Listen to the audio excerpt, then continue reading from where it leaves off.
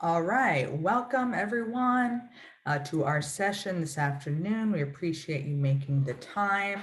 Today's session is trauma-informed mentoring and youth development practices. Our session today is sponsored by Baltimore's Promise, so we appreciate them making the time for this important topic, especially in time for summer programming about to launch, and we appreciate them giving us this platform to present this topic to you. So we're excited. Yeah. Welcome. I'm Renee Angela Mock. I'm the Program Outreach and Support Manager here at Mentor Maryland, DC. If you're not familiar with us, we are a nonpartisan organization affiliate of the National Mentoring Partnership. Our role here in Maryland and DC is to uplift the mentoring movement in any way we can. We aim to serve as your local mentoring experts, hence why we facilitate, on topics such as these, but we want to ensure that you, those out in the field, with our young people, with our mentors, have everything you need, whatever that might look like, whether it's knowledge, whatever type of resource that you have it and that we can serve as a resource to you at any time. So please know that you can reach out to us at any time, in any way.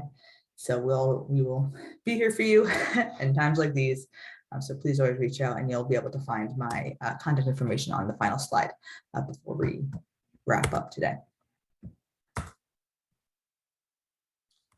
There we go. If you're not familiar with our pillars, I think we call our buckets of work or quality work. So ensuring again that you guys have everything you need to do your best possible work. So whether it's training like these, whether it's connecting with our technical assistants. You saw me talking to Jeanette earlier. She's one of our expert consultants. We're able to offer no cost technical assistance where you can connect with someone like Jeanette for a set amount of hours to connect with your program and whatever your program may need. It's an awesome opportunity. So if you're interested in something like that, please reach out to me or Jeanette, and we'll get you set up for something like that. Our quantity work. So right, ensuring you have kind of those numbers things, the mentors you need, reaching the number of youth you need. And then elevating the field, ensuring that people know about the work that you do, the people in power, advocacy work, which we're definitely increasing our capacity in over this next year. And again, ensuring that people know what's going on and what's actually happening out there on the front lines, because we know a lot of what you do gets overlooked, and that's just not right. And we know a lot of the actual experiences of our youth get overlooked as well. And we want to ensure that their voices are heard and their stories are told in their voices as well. And some of our additional tools, we'll be sure to get these slides to you. These are all clickable links, but these are incredible resources that can help guide some of these kind of niche topics to help guide your programs and how they're run. We do specific trainings on these as well, but it's kind of best practice guides on specific niches that may apply to your program. We've been doing some LGBT work this month for Pride Month, but we do training on these topics throughout the year as well. But these resources are free and always available to you to supplement your work. And these are also topics you could work with one of our, again, no cost technical assistants, consultants with as well. So know that this is always an option and available to you. And we hope that you'll utilize them. And these, again, are resources put out by the National Mentoring Partnership, of which we're affiliated with. So here for you. Please utilize these. They are incredible resources. So our objectives today, and a little bit about how today is kind of formatted. So our general objectives are to gain an understanding of trauma and what it means to be trauma informed as it pertains towards mentoring relationship and working with young people. We're going to learn about the 5 elements of developmental relationships, because what we find is that when it comes to being trauma informed plus being developmental makes for the most impactful mentoring relationship. So we want to ensure that we're leaving here being trauma informed and understanding what developmental relationships are and how to do that. So that leads us to kind of our final culminating activity, which is to apply our trauma informed knowledge, what we know about developmental relationships, what we'll learn about developmental relationships, and kind of what we'll learn a little bit about cultural sensitivity. What we're going to learn about these strategies. We're going to do a practical exercise towards the end. So this is going to be the first, large portion of this training is going to be a lot of knowledge sharing. So because of that, and because of the nature of the topic, I do want, while it won't be hugely discussion based, I do want you to feel free to share your reactions, to let me know in the chat how you're feeling, if you're having a reaction to some of the, statistics that we'll be sharing, to some of the facts that we'll be sharing. I know that this has been a tough month for all of us, people out here doing the work and, working with the populations that we're working with. It has been a tough month. This topic is a tough topic.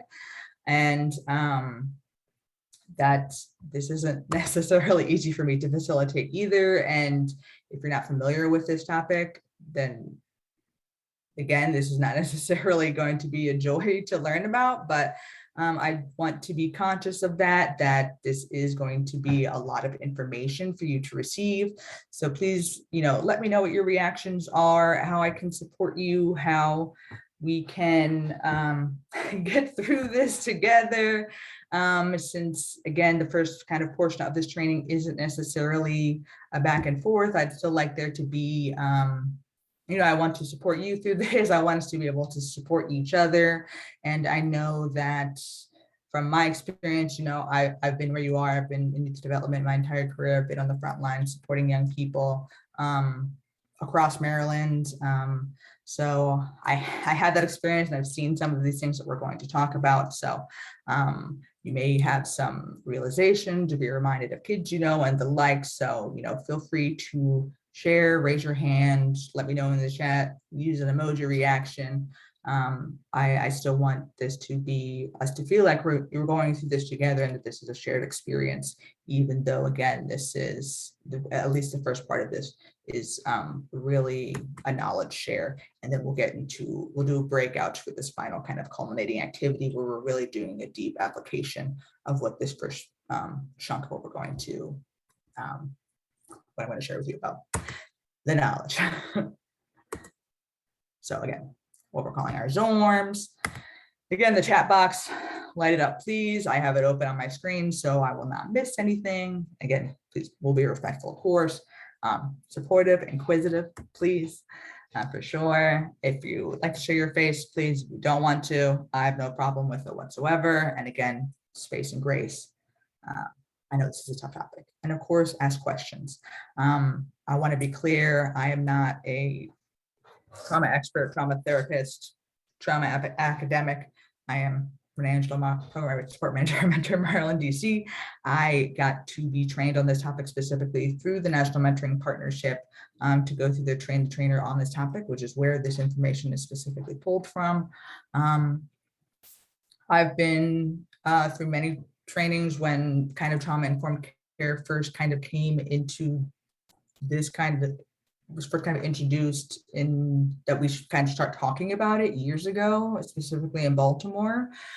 So I have been aware of it and through many trainings on the topic before, so I am comfortable talking about it and I'm quite familiar with it. But again, I don't want to pose myself as something that I am not. So I will be honest about what I know and what I do not know, and will answer questions as best as I can. So again, let me know of any questions, concerns, reactions as we get into it.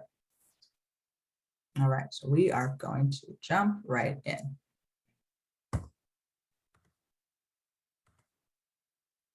Okay. So we really are starting from the very beginning. What is trauma? From the very, very basics. We have a few definitions here on the screen. We'll focus specifically on the SAMHSA definition. If you're not familiar with SAMHSA, they're the Substance Abuse and Mental Health Services Administration, a great resource. If you've not explored their website before, definitely worth it.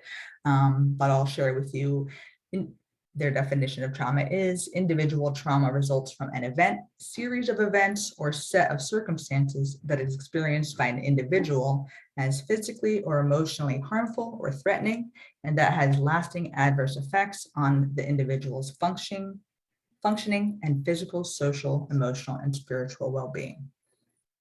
What I think is most important to notice about this definition when we talk about trauma specifically is that it's determined by the person having the definition. The most important thing to note about this definition, right? We keep coming back to this individual. You and I could have the same experience, be at the same place and have the same thing happening to us, but only one of us determines it to be a trauma, right? It doesn't mean that if I said it was a trauma and you didn't, it doesn't mean that you didn't experience it as a negative experience. It just means that you were able to process it or move through it in a manner that didn't have those lasting effects. Those lasting effects are what determines it to be a trauma versus just a negative experience.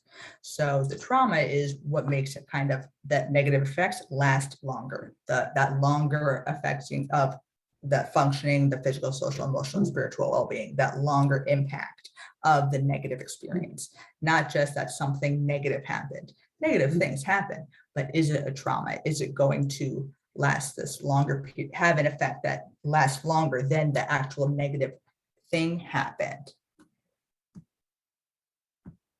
I'm Linda said, I feel like it's important when working with you to recognize that trauma doesn't only come from one set of events or a series of events. It can, for instance, be the result of having sense. It very much depends on the young person. Linda, what do you mean by sense? S-E-N-S. Special education needs. Yes, great, yes. And we'll talk about that too. We're about to get into examples of trauma. So let's get into it. Perfect.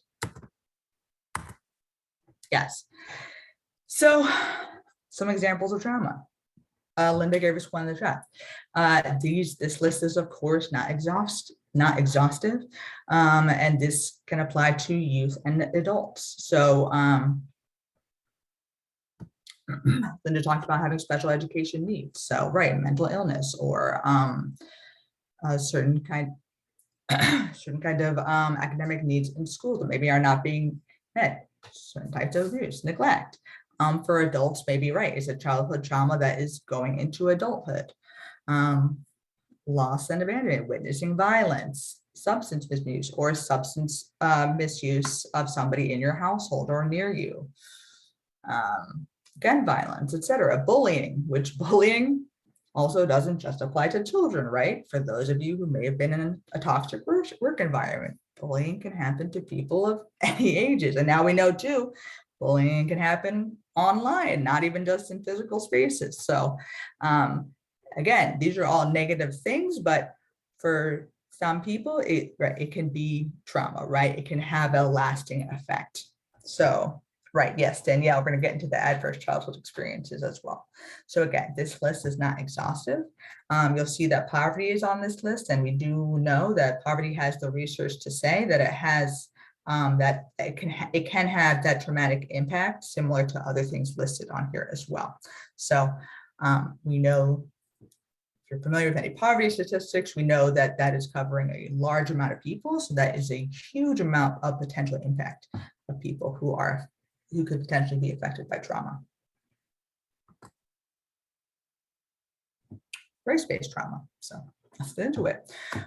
Race-based trauma are negative experiences related to a person's race, including discrimination and harassment. So in addition to inequality and or inequities and access to quality education and healthcare, housing, direct impact of lack of access, people experiencing race-based trauma, become vigilant in an attempt to avoid racism and experience ongoing daily stress and worry about race-related issues, which can result in, poorer mental and physical health.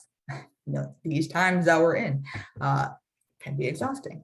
And that, of course, does not just affect adults, which and you may know if your program is serving BIPOC youth, we know that, race-based trauma does not just affect adults, it's affecting our young people as well. And our very young people, our little people, our little kids as well. And again, this type of trauma has those same effects as the trauma we saw on those previous slides. Again, can result in that poor mental and physical health. So we don't want to count this out. This can go on that previous slide, but we want to give this its attention that this is a extremely legitimate type of trauma that is having that research that's backing it up, that it's again affecting a huge population, and excuse me, is putting a huge population on that alert that's causing deep trauma for a large number of people.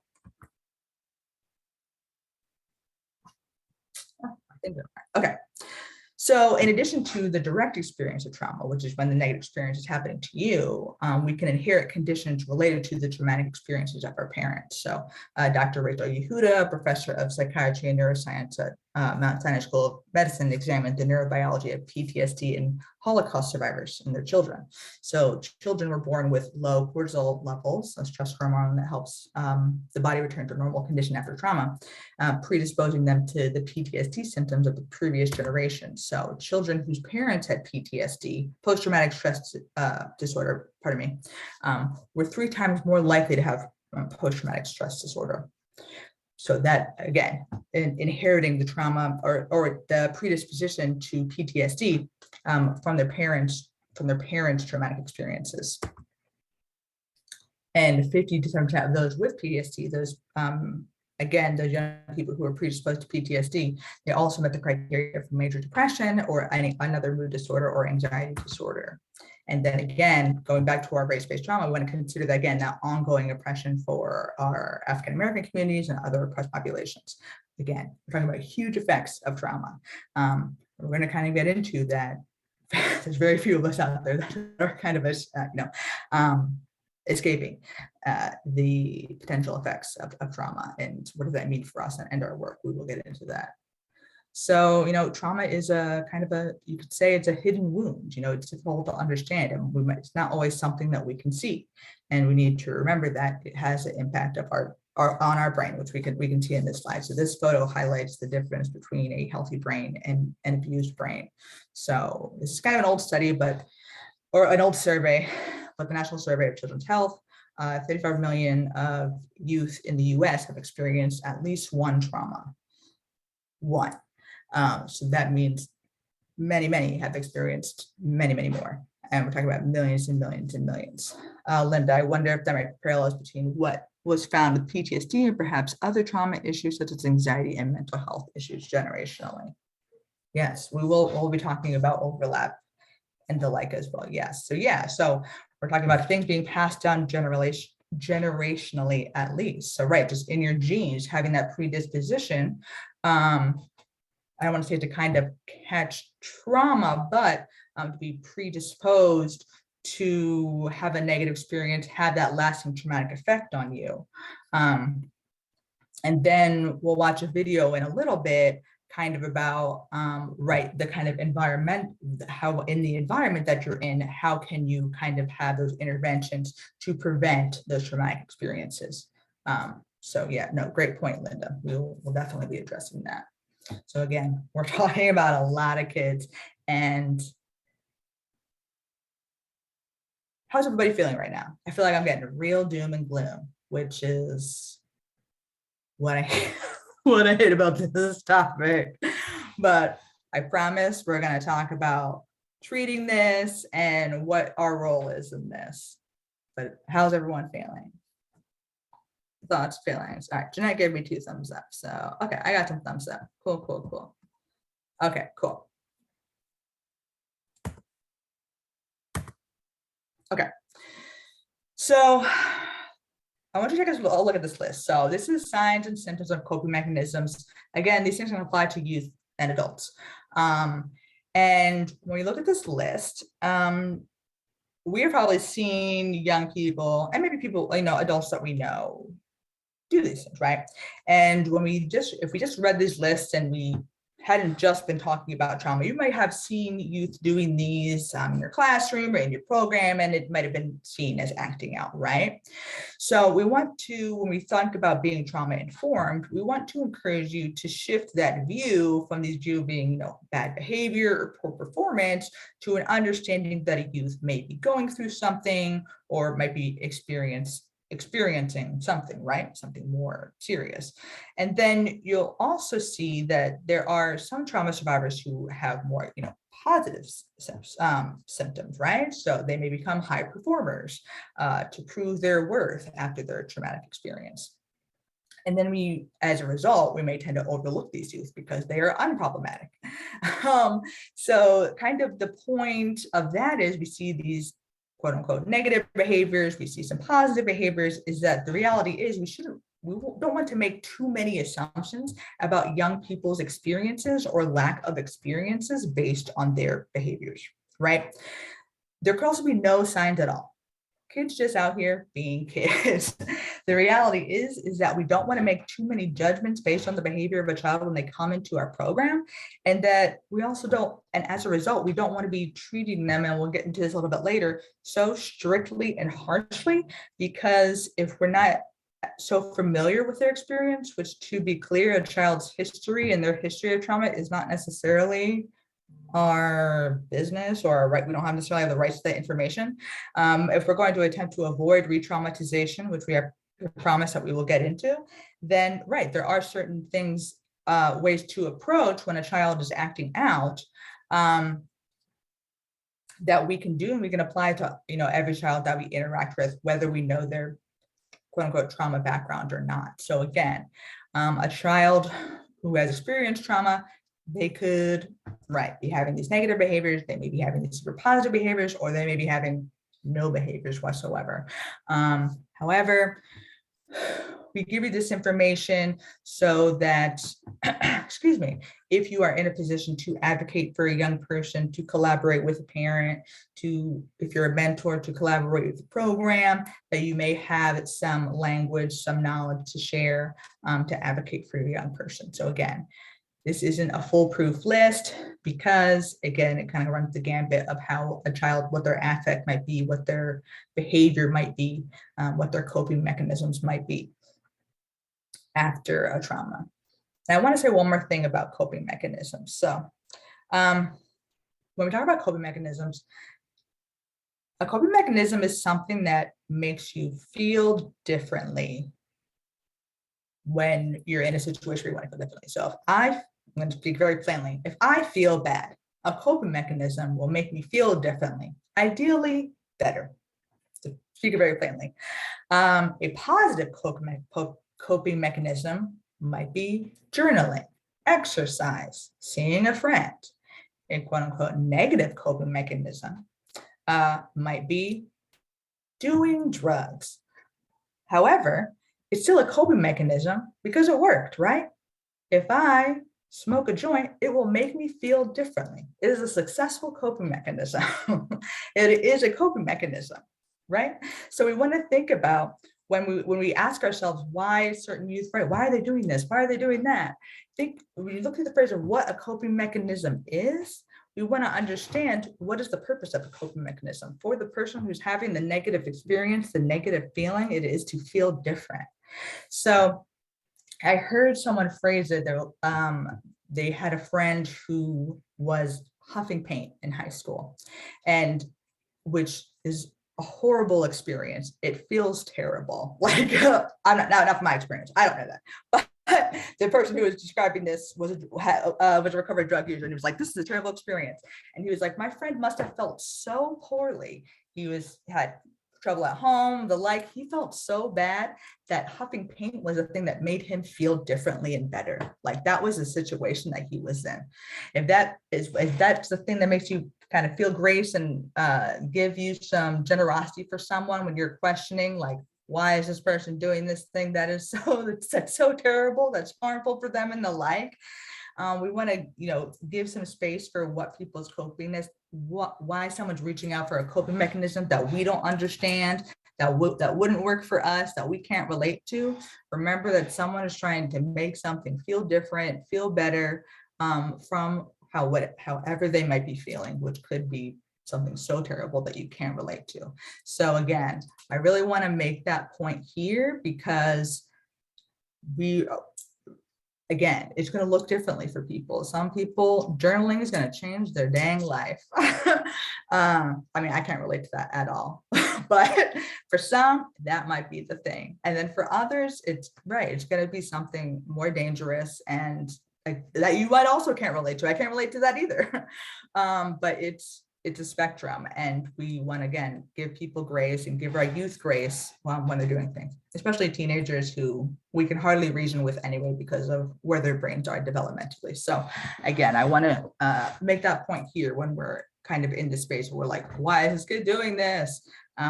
Because it's tough, and well, to say the least, it's tough. But trauma is tough, and coping is tough. All these things are really tough.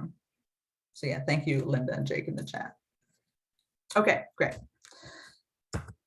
So now we're going to talk a little bit about ACEs and then go into this environmental thing. So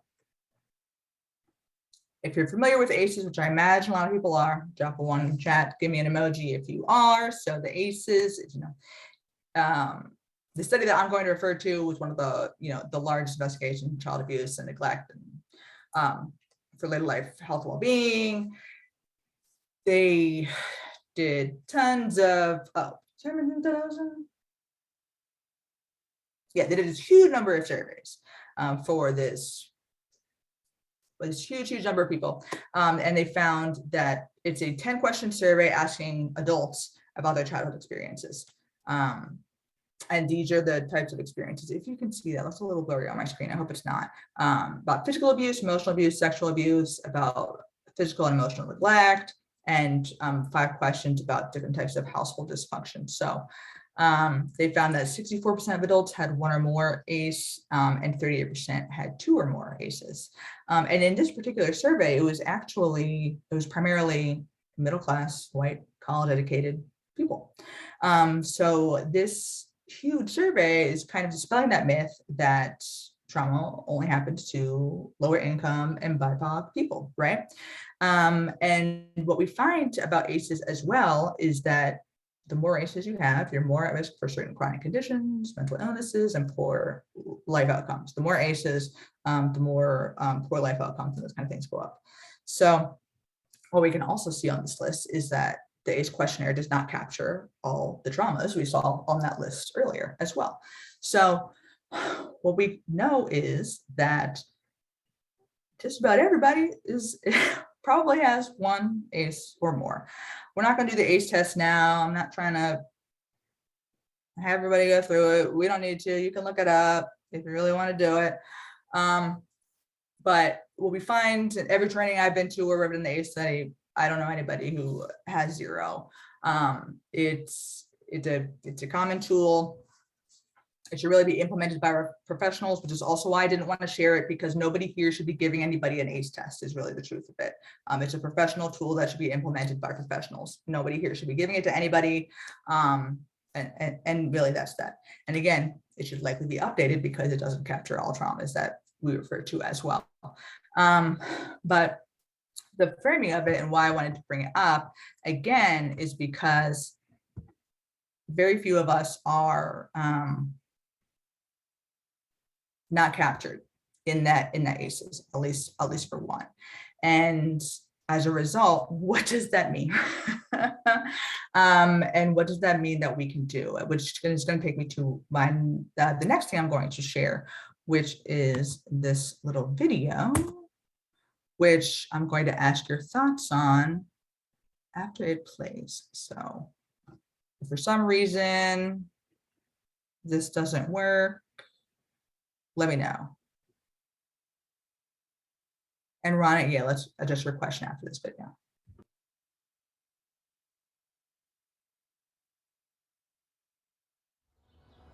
Hi, this is my neighborhood. I grew up in this building. This is a great community now, but it's had its share of problems. When I was a kid, our community had high unemployment, a lack of resources for families, and lots of kids hanging out with no adult supervision. You might have heard about adverse childhood experiences, or ACEs. ACEs are traumatic events in childhood, like abuse and neglect, that can increase risk for future problems. But they don't have to. The good news is that ACEs and their consequences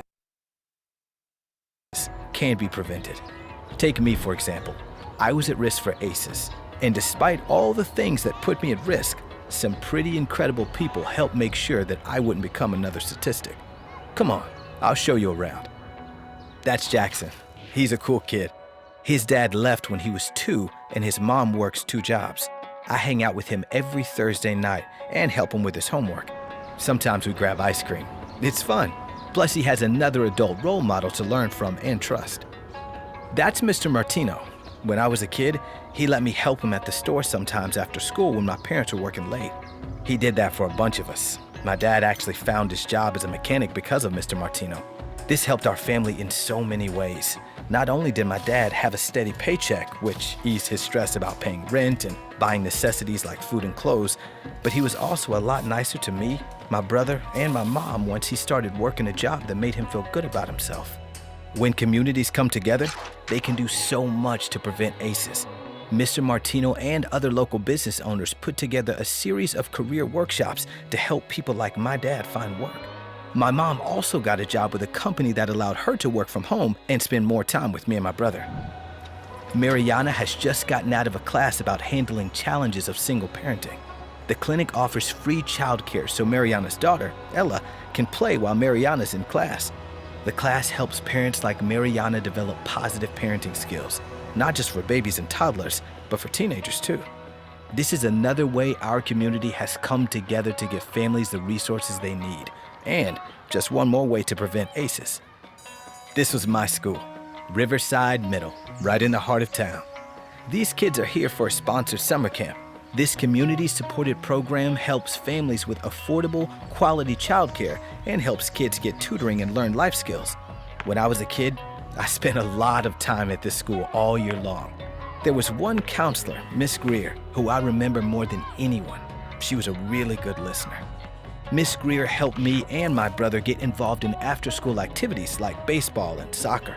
Our coaches were super nice and were mentors to us. Staying after school for practice kept us and a lot of other kids out of trouble. When schools help take responsibility for preventing ACEs, everybody wins. My life could have gone in a completely different direction. Studies show that ACEs can have long-term negative effects on kids' health and well-being that may last into adulthood and even continue in future generations. But by people and groups taking action, ACEs can be prevented. In fact, there are 5 known strategies that help stop ACEs before they even start. You can implement them in your own community, just like we did. How? By strengthening economic support for families, by changing social norms to support parents in positive parenting, by providing quality care and education early in life, by enhancing parenting skills to promote healthy child development, and by intervening to lessen harms and prevent future risk. So, now you know my story, and you've seen the prevention strategies in my community that helped me beat the odds. I had healthy relationships with my family and friends. I learned how to take care of myself and make good choices. And today, I'm a mentor to other kids who need some extra help so they don't become an ACEs statistic. Safe, stable, and nurturing relationships and environments are essential to prevent child abuse and neglect and to assure that all kids reach their full potential. Are you thinking what I'm thinking? Banana split? You got it.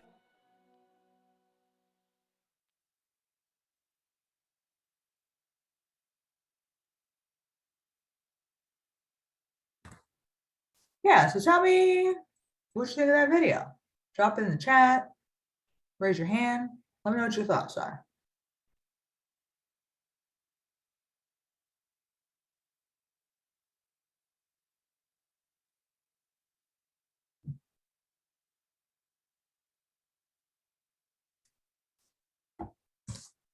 Lots of reactions. I'm somebody that learned about ACEs when I was in college because I studied to be a teacher. So we learned about a lot of stuff like this, and they're really interesting to me. And I really, really like this video. I think it does a good job explaining what they are, but not only explaining, it talks about what you can do to combat them and help youth when they're older. Yeah, I don't know. I don't know much to say, but I like the video a lot. Good, good. Great. I will drop the link at the end. It's wait, I appreciate that. I really enjoyed the video also. So I would appreciate you putting the link in there so I can show others. That should be it. Cool. Okay, good. Yay. Okay, great. Glad y'all got something out of it. Super. All right, cool. So now we're on the up. We're understanding what trauma is, and now we're at the point of what do we do about it? Not as in we as in just us, but like the world. Well, us and the world. I promise we'll do something. Okay, cool. So treatment. What are options for treatment? So therapy, right?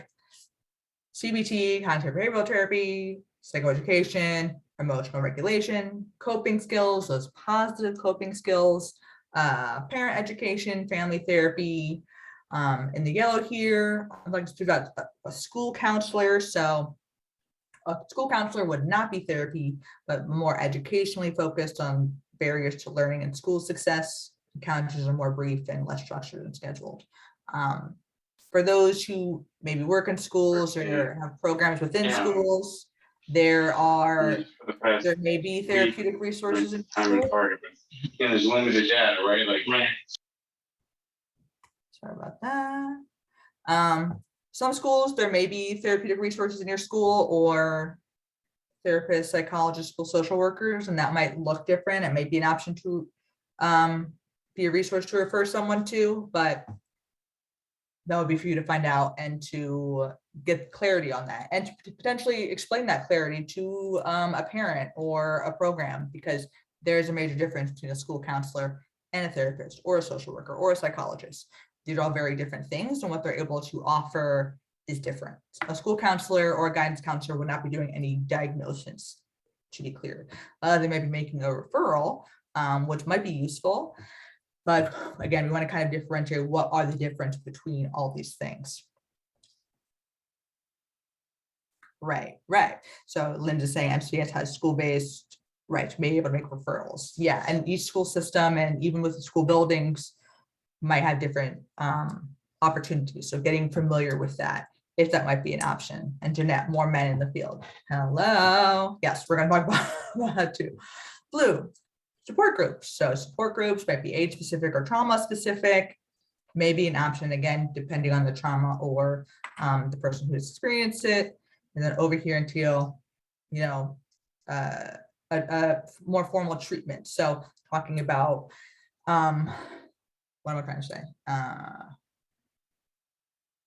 A treatment you go to. So when symptoms become unbearable, when coping skills are insufficient, we're talking about experiencing unable to function daily, extreme anxiety or depression, suicidality, health issues, relational problems.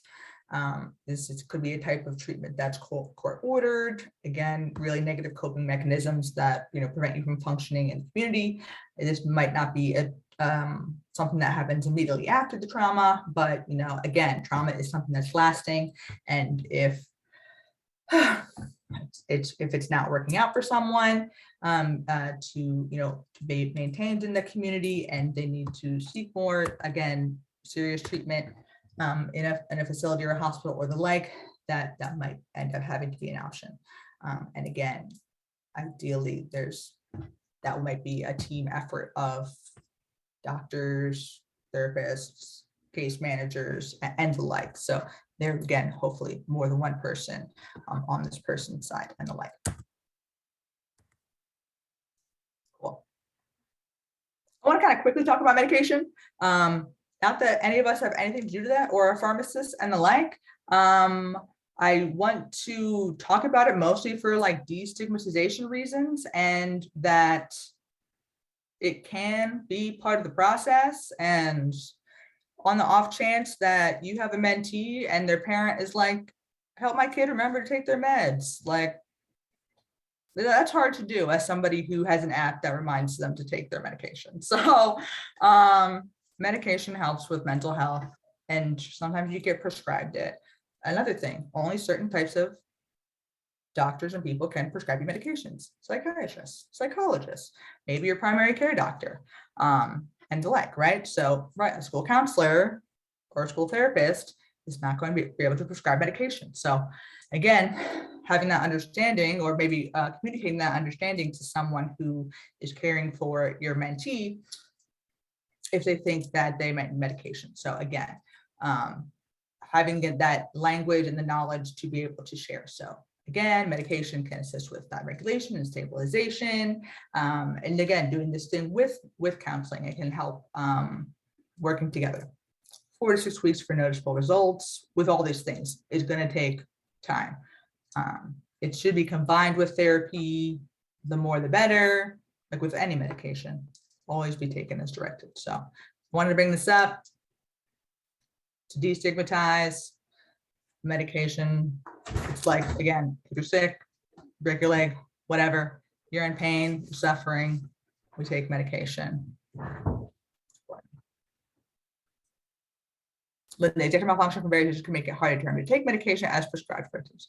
Yes, so right, executive function is executive function is like kind of the ability to do things, right? So I have ADHD, so I struggle with executive function sometimes, which is like, I'm still like doing things, which is why I struggle to remember taking medication. So right, might be a legit needs for scaffolding out of weight or acting out. Exactly. So right, remembering to those things. How do I remember to do it? I found the right app that does a good job of like reminding me to do it in a way that doesn't annoy me so much that I ignore it. And that's how I Linda's using the word scaffold, which is, I feel like it's a special education term. My husband's a special education teacher and he says it all the time, which is maybe why I'm saying that, but right, it's not a way or acting out. Again, that reframing about how we're viewing behavior of someone. So yeah, thank you, Linda, for that contribution. Really good point.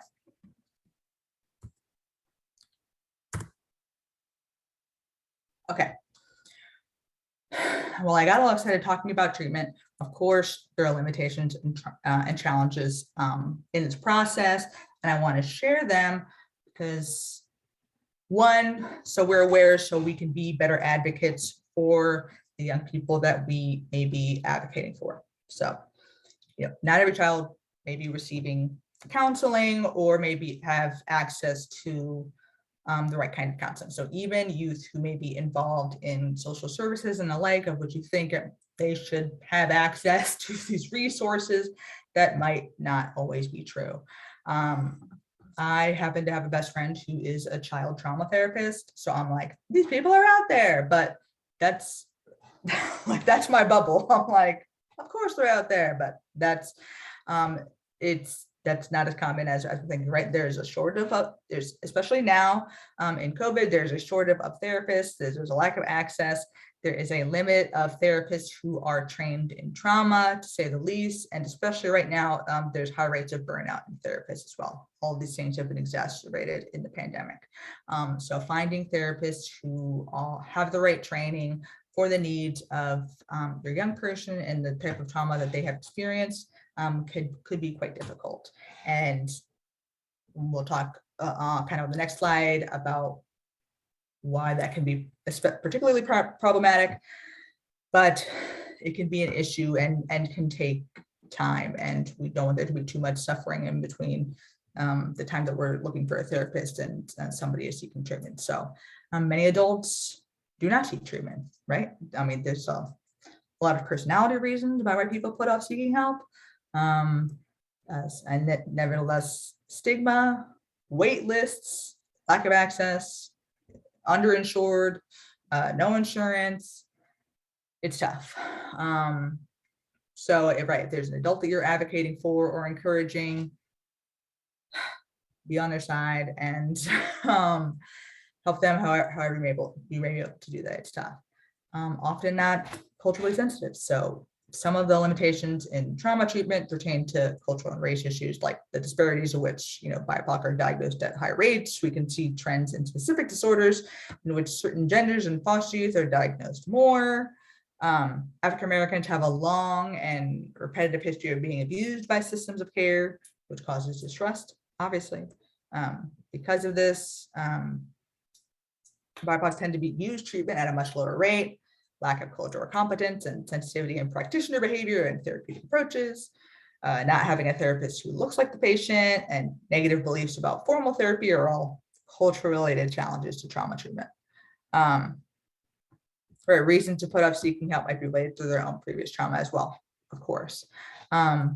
So in line with this particular challenge here in Baltimore City, Black Mental Health Alliance, you can find, they have a Black mental health practitioner network of which you can find referrals to Black mental health practitioners. So that is a resource, and their practitioners are all over Maryland, I believe. So that could be a resource that you may refer someone to if they're looking for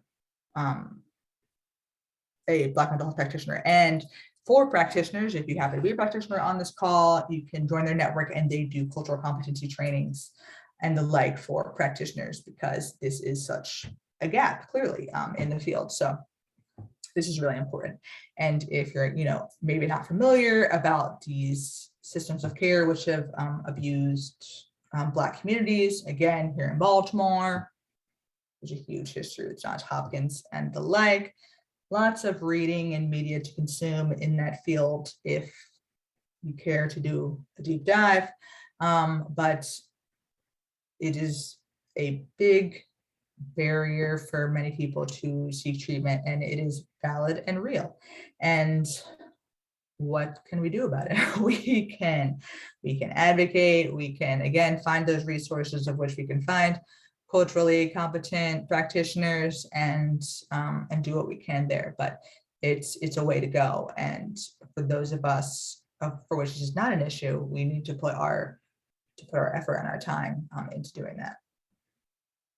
And again, not accepted in many cultures. So for some, seeking out therapy and the like is not a part of their culture, and this is new, and this is a new space. So time is needing to pass, and cultures are growing into this space. So hopefully, and I think we're seeing, our younger generations are more open to these things, and we're here and we're talking about it, and I'm hoping that and you guys getting this language to talk about it as well will increase the comfort level to talk about these things and the like, so people are more comfortable to seek treatment and etc.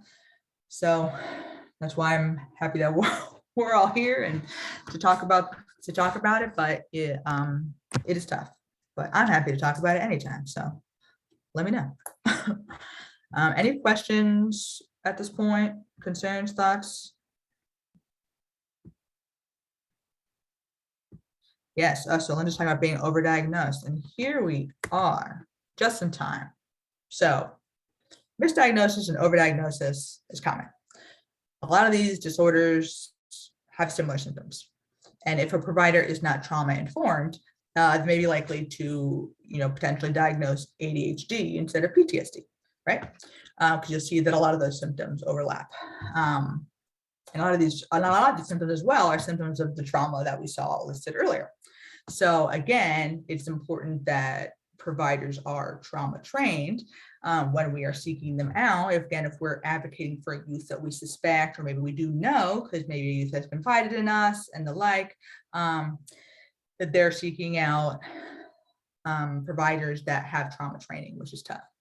Another thing to consider, just in more generally about a lot of these conditions, when we think about younger people, being diagnosed with ADHD and the like, is that a lot of these things, when one of these conditions is mismanaged, can manifest as another thing. I mentioned earlier that I have ADHD. If I'm not managing my ADHD well, then my affect is depression, right? Because I'm not managing my ADHD well, so I'm frustrated, and then I'm sad and tired. And so then I look like and act like a depressed person. But not to say that it's not just depression or whatever, but when we get back to it, it's mismanagement of ADHD. So if someone is experiencing one mental health issue, it could look like something else.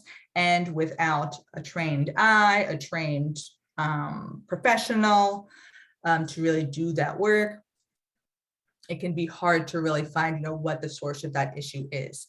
For young people, it's even more difficult because they are, getting to identify their own feelings. Again, if they've been through trauma, it's even more difficult for them to communicate and the like. So that, of course, makes these things complicated, but as a result of what I'm saying here, we're finding misdiagnosis and overdiagnosis. That's why we want to find the right practitioners and providers to support, and why we want to have the language as well to not stigmatize our youth and to judge their behaviors as we see them. And again, if we see any of these behaviors, we won't be the ones to be like, you seem depressed. Do you have anxiety? You have PTSD. We're not doing any diagnosing. Again, we are not the ones doing the diagnosing. We might be noticing these things, but these again are for us to do those referrals to people who have those expertise. Checking the chat.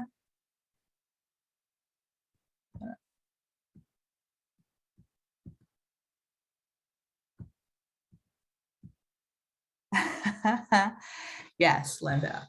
Yeah, so Linda was talking about the different kind of affects for ADHD, ADD. I'm pretty sure ADHD, ADD is really just called ADHD now. And it does look, it has different types now, so that are like these different kind of types. I have the inattentive type. There's this kind of hyperactivity type, and it looks and manifests in different ways.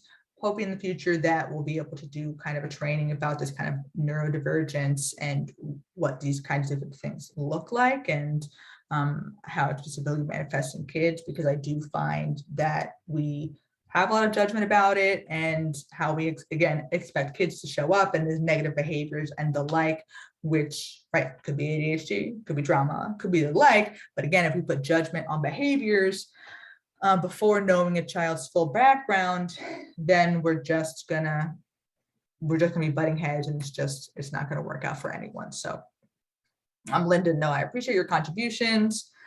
And again, this information is, for us, this is about being informed, trauma informed, not to trauma diagnose, not to trauma therapize anyone, to be informed. We're just doing this informing of ourselves. And now we're going to be doing the connecting the dots to mentoring. And we're going to get into the how does this being informed correct into mentoring. Yes, so Rana's talking about OCD. Yes, absolutely. And OCD would kind of fall into that neurodivergence that I was referring to as well.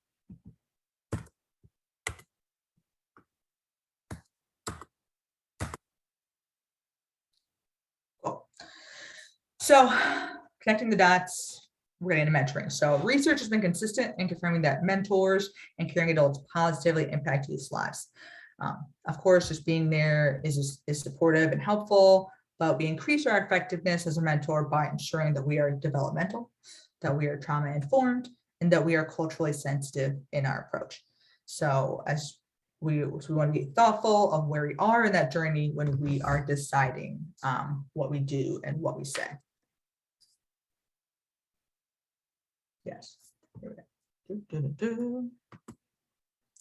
So to start, we're going to talk about being developmental. So we want to be developmental to increase the protective factors and assets in our young people. So the difference between a developmental mentor and a prescriptive mentor.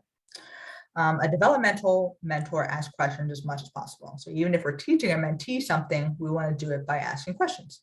So we want to listen more than we're talking. So sometimes that means taking a step back from learning and just enjoying the time being with our mentee. I'm all about this. Like, sometimes like, let's play and be there and build that rapport, especially early in relationships, and have that foundation of which we can always come back from and just be with our mentees. We want to be there for them and support them in developing their needing skills, of course, but again, having that time to just be with them. Mentors, we're not there just to fix them. We're not there just to fix their problems. We want to facilitate opportunities for them to identify and express what they want to achieve, and how and find out how they define success rather than choosing goals for them. Again, this is the difference between developmental, them to develop their goals, to develop their choices, rather than us prescribing onto them what they should be and the like.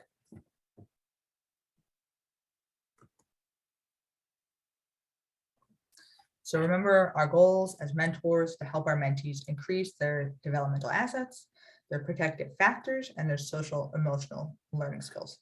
So mentoring is a protective factor. And by protective factors, so it's a protective factor is the opposite of a risk factor, right? So the more risk factor you have, arguably the potential poorer outcome you may have. But just like with trauma, that a child could have a lot of risk factors and be successful. It just could go either way. I'm going to drop a resource in the chat here. Just kidding, that was the wrong link. Let me get the right link.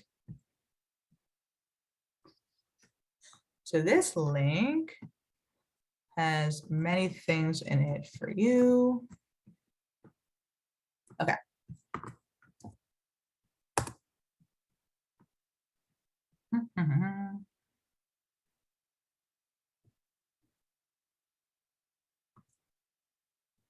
Okay, so this link has a bunch of pages in it, but it has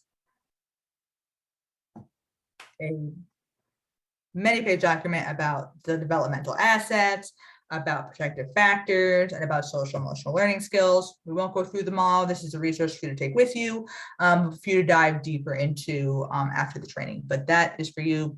Download it. This link will remain live, but keep that for you. That's what I mean when I'm talking about these protective factors. Again, the opposite of risk factors. We want to build protective factors in our young people. And again, mentoring is one of them. So when you show up as a mentor, you are adding a protective factor for our young people. So we're doing it.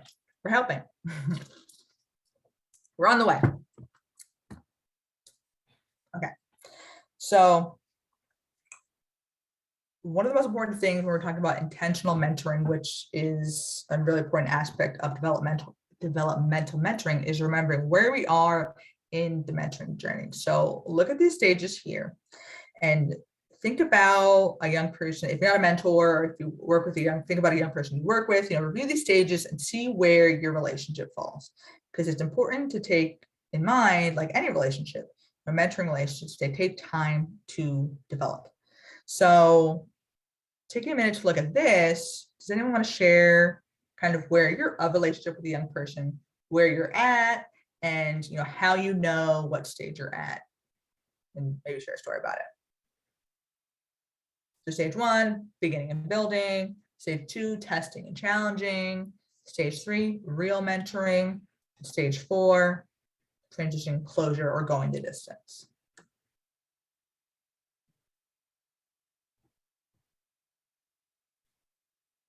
Anyone share with me where they are at with their mentee? Hey, Renee, this is Jeanette. Yeah. So I can share something because I remember in the first stage of my relationship with my mentee, it was not a honeymoon at all. Honeymoon gone wrong. Yeah, well, it was a testing phase. Mm-hmm. I mean, we managed to get along, but she tried me. Yeah. A lot to see if I would come back. I kind of knew what it was because of course I had some mentor training, which is why mentor training is so important. So you understand that, but yeah. That beginning stage could be one or the other. It can be absolutely wonderful and everything's absolutely perfect, or it can be like, how are you ever gonna like me? And but it was funny because I did finally ask her, I said, well, I kind of get the feeling you don't like me. So would you like a new mentor? And she went off on me and said, there's no way in the world I would trade you. And I was like, oh. I didn't know that, so I said, would you kind of let me know that every now and then? And we kind of laughed about it then. She said, oh, you thought I didn't like you? I was like, yeah, I did. So I think it's important that initial phase can go in both directions at the same time, and you'll come out a lot better. But I see you have the testing in stage 2. Yeah, that hit me right in stage 1. Nice. Linda? Yeah, so I have I work in a school-based program. So we had a lot of stage 4 happen back a couple weeks ago. Right. And I can give kind of two examples. One would be there was a young person I was working with all year. They're now getting ready to transfer to high school. So in that whole last month, like it was almost like watching him backslide. He was in that whole like, I'm pulling away. I'm not going to do this because I'm leaving to go to high school. You're not going to be there next year. So like this whole like thing. And then on the other end side of it, I had a sixth grader that was just like so happy she gave me a hug the last day of school. So it's like it could be anything in between, but that's all definitely stage 4. Yeah. Right. It could go either way. They could go deep or pull away, depending on where they're at. Okay. Thank you. So I bring this up. Here we go.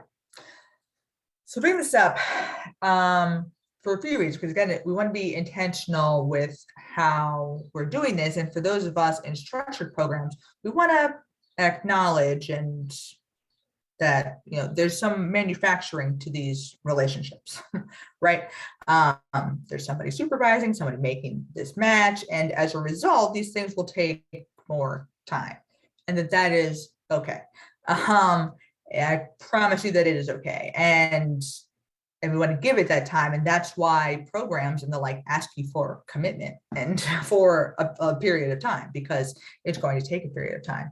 Even, you know, young people who are in relationships with licensed professionals, with their therapists, et cetera, those things, that's why we say these things take 4 to 6 weeks, you know, it takes time. Improvement in self-esteem and the like. Patience is really key, and we want to give it that time and give it that chance. So for those supervising mentors, advise them that it's going to take that time, encourage them to be patient and to not judge the young person or themselves.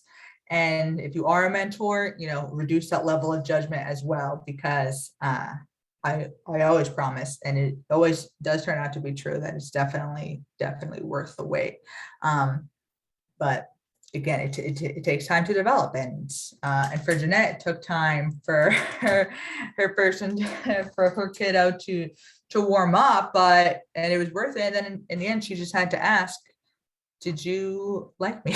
Do you but she said yes, so it was worth it. Cool.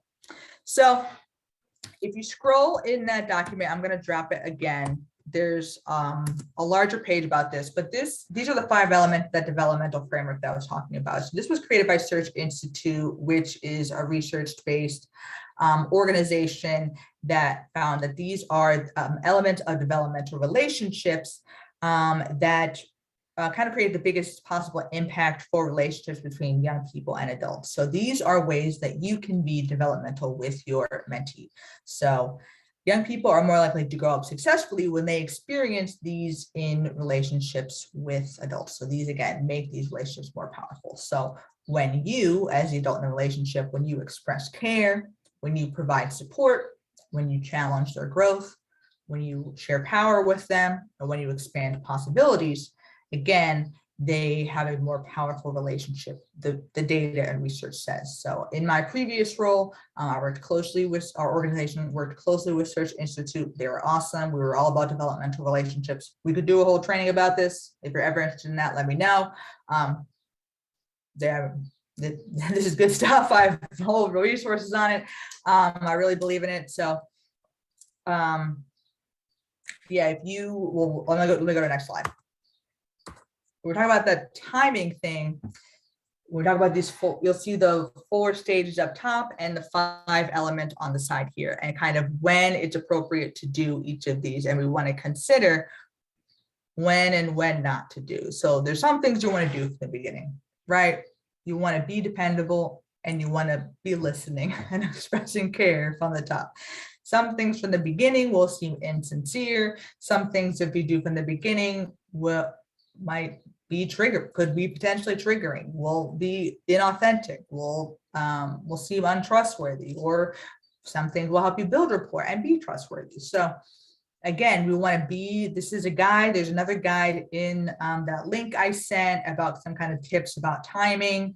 But you want to kind of give this a good look about when you're considering kind of the strategies to use when you're looking at the elements and your relationship, about when and how to do things and how to move intentionally in your relationship with a young person, to be authentic. Because again, especially if you supervise mentors and you have someone who's really amped and excited and like ready to have the most powerful relationship ever, they're gonna want to like go so hard, and a kid's gonna be like, yo, I don't even know you. You know what I mean? Like they're like, I don't know you. Like we don't have anything there. So we got to remind people, adults, the excited ones, who you want to be at your program. I mean, like you want them to be there, but no, slow your roll. It's okay to have some strategy when we're talking about, building what we hope to be a long-lasting relationship with a young person, to have some strategy, to move intentionally, and to take some time to do some decision-making with, again, how we're moving throughout that relationship. Pardon me. And this is in this slide here, it's in the document as well, but there's also a tip sheet as far as the timing. Cool. So hold on, can I copy this? Okay, this is like a very pathetic slide about being culturally sensitive. The reality is that in addition to being trauma informed and developmental, we also want to acknowledge culture and the cultural experiences of the person we are mentoring and of ourselves, and that we're not ignoring it, because colorblindness and the like serves no one. Because of time, I don't want to get too deep in this, because also I'm hosting a training about this exact topic in a week. I dropped the link in the chat. So a week from today, I'm hosting a training on cultural humility from Mentor National's Becoming a Better Mentor resource. This is a huge topic. We're going to spend 90 minutes just on this, but it pairs perfectly. And I do super believe that being trauma informed, developmental relationships, and cultural humility is like a trifecta of mentoring. So I hope you'll join me for that, for a deep dive.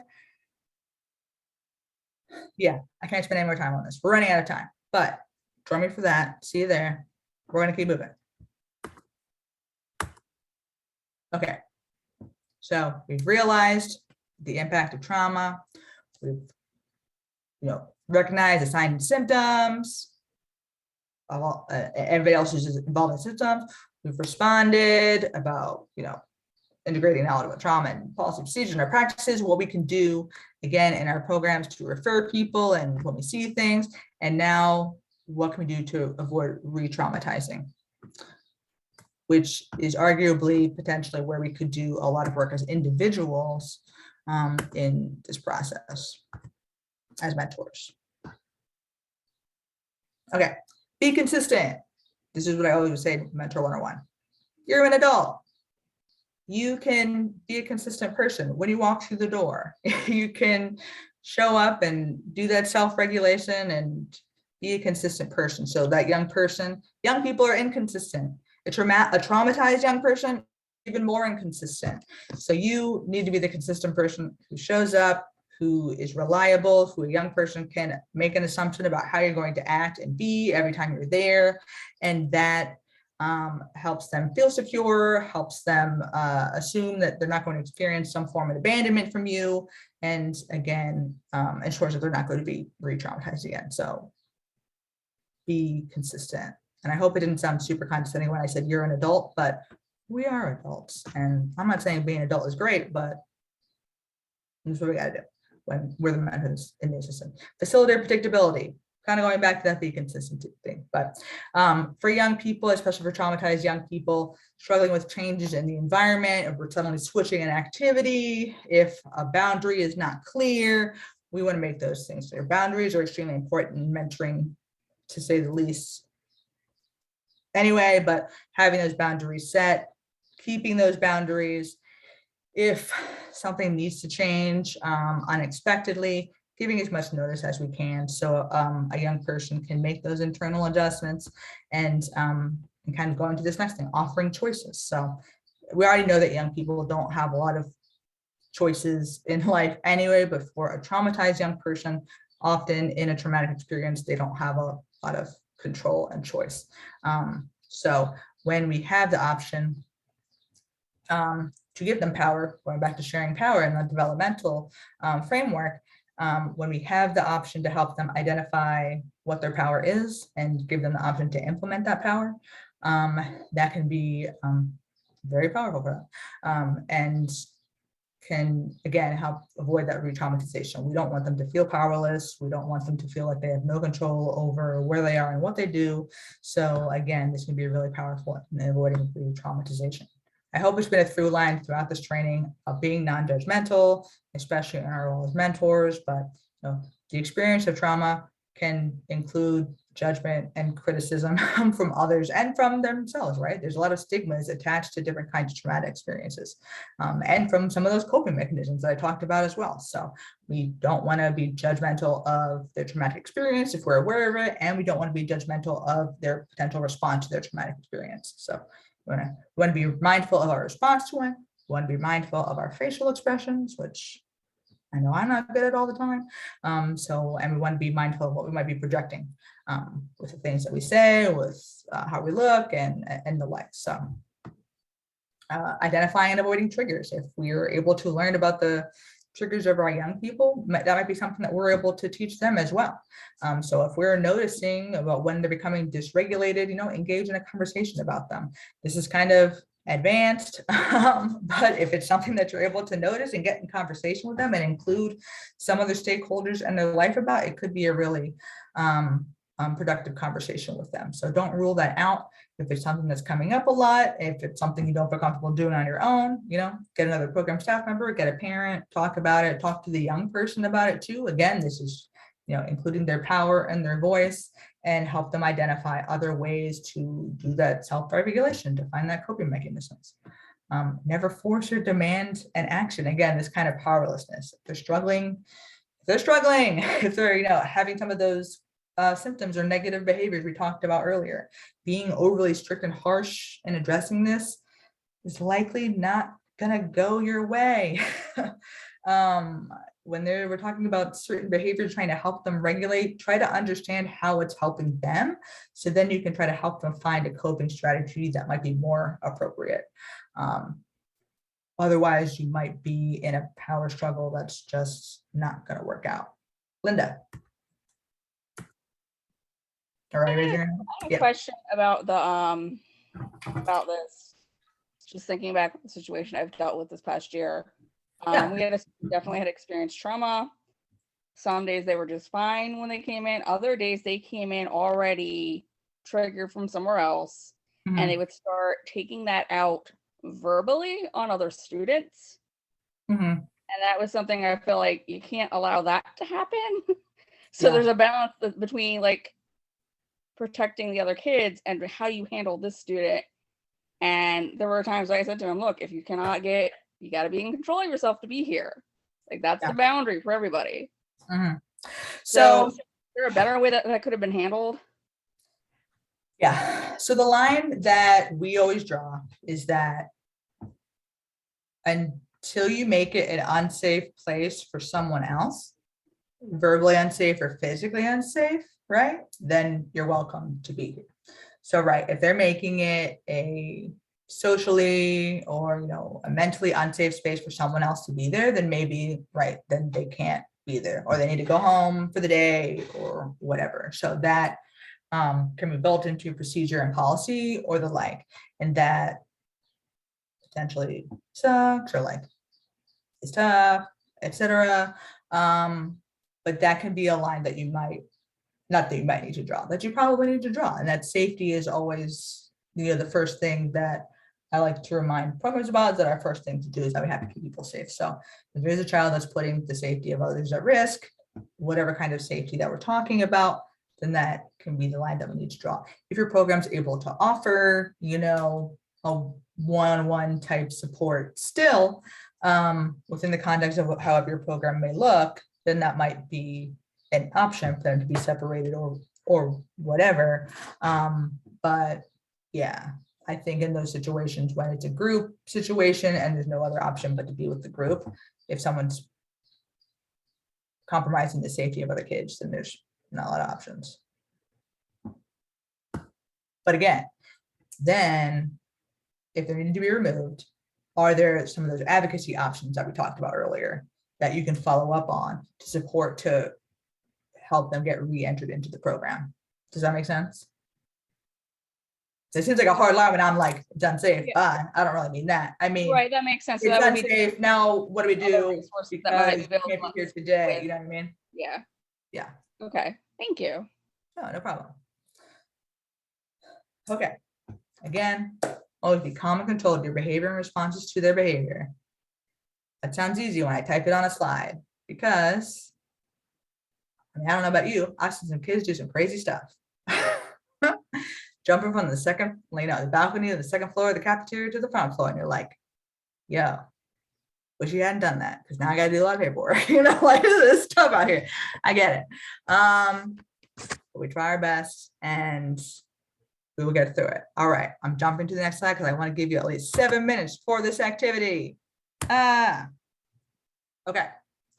This is in that link, so I'm going to put it there. And I believe I can break you into breakouts and leave this slide up because this is a direction. So the descriptions of each of these little kiddos here is in the document. So you have that there. But essentially we're going to see, the question is, what can we do with these kids, knowing what we know about them, now that we're a little bit trauma informed, or a little bit more developmental, and that we're trying to use some cultural considerations. So I'm going to break us into 3 rooms, based on Keisha, Brian, and Kim. I'm going to name the rooms. Keisha, Brian,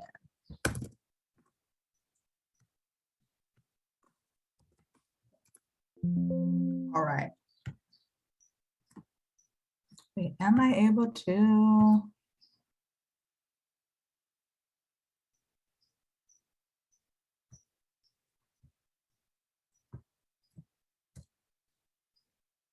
Advanced sharing options.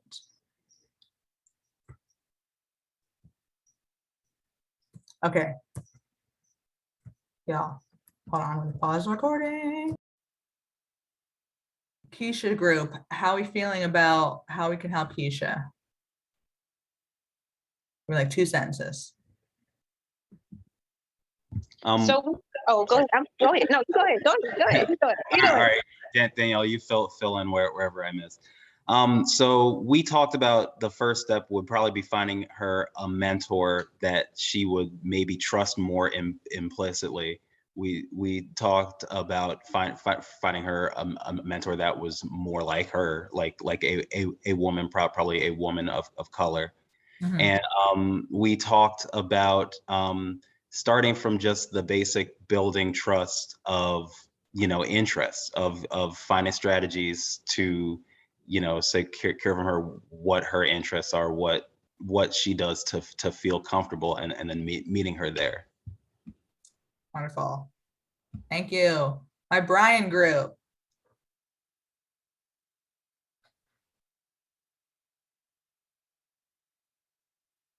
No, Brian? No one cares about Brian?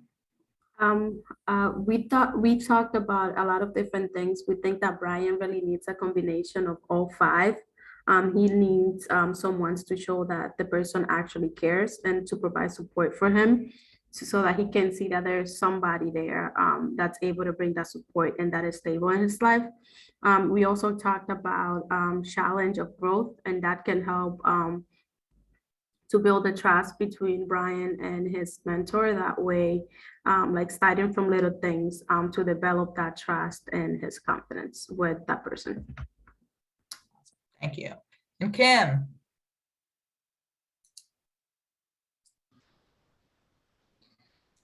I know we talked a bit about definitely the idea of the expressing care and sharing power from the very beginning, and then going into providing supports. We also talked about some of the pitfalls of not, making assumptions with, is Kim resentful of their dad? Are they feeling this way? Are they feeling that way? Of getting a mentor that's got the proper training, that then there's no resentments between Kim and the mentor either that could develop. Yes, thank you. Okay. We're rushing. Young people, they love developmental relationships. I'll make sure you guys get these slides. Okay, to wrap up, Tuesday with Baltimore's Promise, there will be a training about positive parent engagement and how to engage with them.